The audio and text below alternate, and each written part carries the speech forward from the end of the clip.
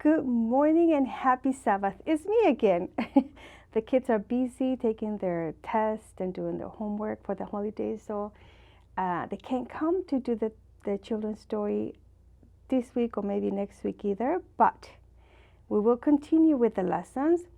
And for today, we have the parable of the great feast. And the whole story is found in Luke chapter 14, verses 15 through 24. But I want to read or tell you a little bit before this, because something else happened that will make you understand this story better. And in the verses 7 through 14, Jesus is teaching about humility, and he's telling the people that when you go to a party or you go to a place, don't try to get the best seat, because if that seat was reserved for someone else, then the host of the party will come and say, "Oh, excuse me, this seat is for someone else. Please take another seat." And if everybody else already took the seats, you're probably going to have to find the one in the last place in the table, and you will be embarrassed in front of others. But if you take a simple, the very last seat where nobody can see you, and the host sees you there, he might say, "Oh no, my friend, you come and sit over here. I have a seat prepared for you." And if he does that, he will acknowledge you in front of everybody. So don't try to be the first one and the most important in occasions, okay? And so when he was saying that, then he goes into the next story, and then he introduces this by saying, "Then he turned to his host, when you put on a luncheon or a banquet," he said, "don't invite your friends, brothers, relatives, and rich neighbors, for they will invite you back, and that will be your only reward. Instead, invite the poor, the cripple, the lame, and the blind. Then at the resurrection of the righteous, God will reward you for inviting those who could not repay you." And then comes the parable of the great feast. So, as one man was listening to that teaching, he was sitting there with, it says here, at the table with Jesus. He exclaimed and said, "What a blessing it will be to attend a banquet in the kingdom of God." So he got the message. And then Jesus replied with this story, this parable. "A man had prepared a great feast and sent out many invitations. When the banquet was completely ready, he sent his servants to go and get those people whom had received the invitations. But as the servant went to tell these people, 'The banquet is ready, please come to my master's feast,' one by one gave some excuses, and I'll read some of them for you. One said, 'I have just bought a field and I must inspect it. Please excuse me.' So he wasn't going to go.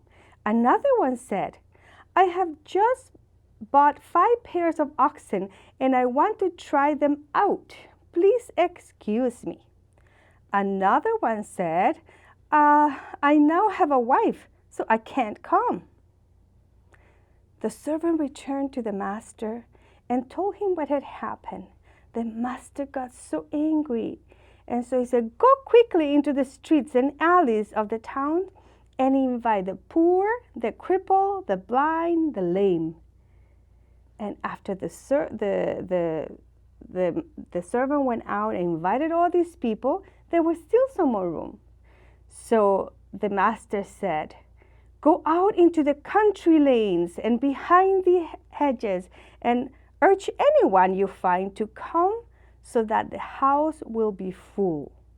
for none of those I first invited will get even the smallest taste of my banquet. He had invited all these people specially, and they all denied the invitation because they had better things to do. And so Jesus is the same. He had his chosen people, and he tried to reach out to them, but they did not receive him. And so he, after that, gave the message that not only the chosen will enter the kingdom of God, but anyone else who accepts and loves God, who accepts the teachings of God. And so we are one of those. We are the second or the new Jews. Anyone else that is not a Jew. We read the Bible. We accept the invitation of God to one day go with him into the wonderful mansions and the wonderful place he's preparing for his children. We are called his children only by the grace of God, not because we do something, not because we pay to go there, but because God has given us that free gift. We just have to take it. And when we realize the privilege, I think that we will be so happy to read the scriptures and find out more about this God who so lovingly invites anyone. We don't have to be holy and saints, but when we learn what he wants from us, I think our life will improve in many ways. And because he gives us so many good advice in the Bible, we will be humble and thankful, and hopefully we do the same with other people. I always tell the kids, when you go to a place, look around. If you see one kid that is in the corner all by himself or by herself, and no one is talking to that kid, go there and say, "Hi, are you new here? Welcome. You want to come sit with us?" Why? Because we can all be in that situation one time or another in our life. And it's so nice when some kind person comes to us and greet us and invite us to their group. The popular kids have lots of friends, but the new kids might not know anyone. So let's do with others what God has done with us. And the memory verse is found in Luke chapter 14, verse 15. Blessed is the one who will eat at the feast in the kingdom of God. So if we make it to heaven, it will be a wonderful blessing. And like I said, you can find this whole story in Luke chapter 14, verses 15 through 24.